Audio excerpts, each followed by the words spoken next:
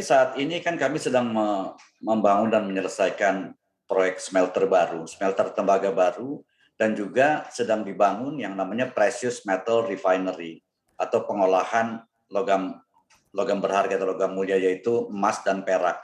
Jadi nantinya kami akan memproses seluruh konsentrat kami yang berjumlah kira-kira 3 juta ton per tahun itu di dalam negeri, baik tembaganya, kemudian juga emasnya dan peraknya akan diproduksi di dalam negeri, dimurnikan di dalam negeri.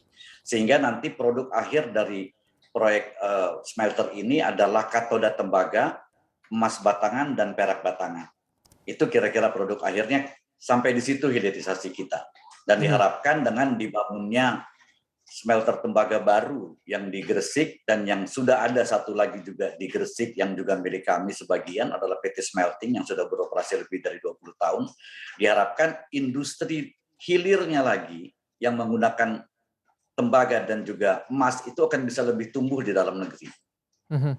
Oke, Pak, kalau kita lihat kan bahwa pemerintah itu mengusulkan Bulin Bank, Pak ya. Apakah Anda melihat dengan adanya usulan dari Bulin Bank ini akan mempermudah begitu ya transaksi emas, utamanya mungkin kalau ekspor, Pak? Ya tentu saja, kalau emas kan kita harga internasional ya. Mhm. Logam itu kan kita jualnya semua harga internasional. Katoda tembaga yang akan kita produksi juga harganya international price. Tentu saja kalau misalnya demand-nya di dalam negeri cukup banyak, ya kita tentu lebih senang kalau seandainya pembelinya di dalam negeri. Makanya harapannya adalah kalau bisa industri hilirnya itu tumbuh di dalam negeri. Bersamaan nanti dengan selesainya pembangunan smelter ini yang akan juga memproduksi emas dan perak juga, harapannya adalah industri hilir sudah tumbuh pada saat itu. Paling tidak beberapa tahun setelah kami selesai itu sudah tumbuh industri hilir. Mhm. Oke, Pak, jadi nanti peran Freeport itu seperti apa, Pak, di Bulin Bank? Sudah adakah komunikasi begitu dengan pemerintah, Pak?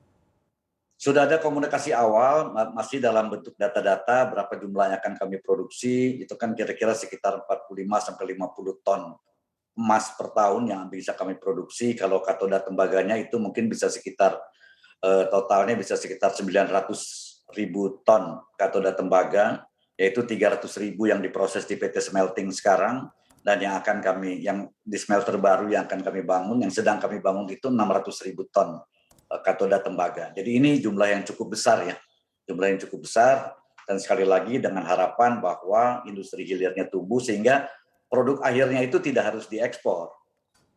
Mhm. Dan sebagai informasi tambahan, proyek smelter ini sudah mencapai progres 14%, sudah cukup tinggi, diharapkan akhir tahun ini bisa mencapai progres 50%, dan kami sudah membelanjakan sekitar 700 juta dolar Amerika Serikat sampai dengan saat ini.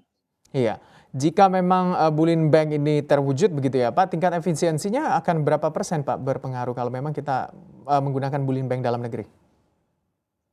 Ada satu hal lagi yang perlu dipertimbangkan juga adalah kalau kemudian itu diekspor, contoh lah misalnya PT Aneka Tambang itu masih mengimpor bahan bakunya, kan sayang. Jadi kalau kami sudah bisa berproduksi, itu bisa langsung diabsorb oleh Aneka Tambang, dan juga Bullion Bank ini bisa menjadi banknya industri, industri dalam negeri emas itu sendiri.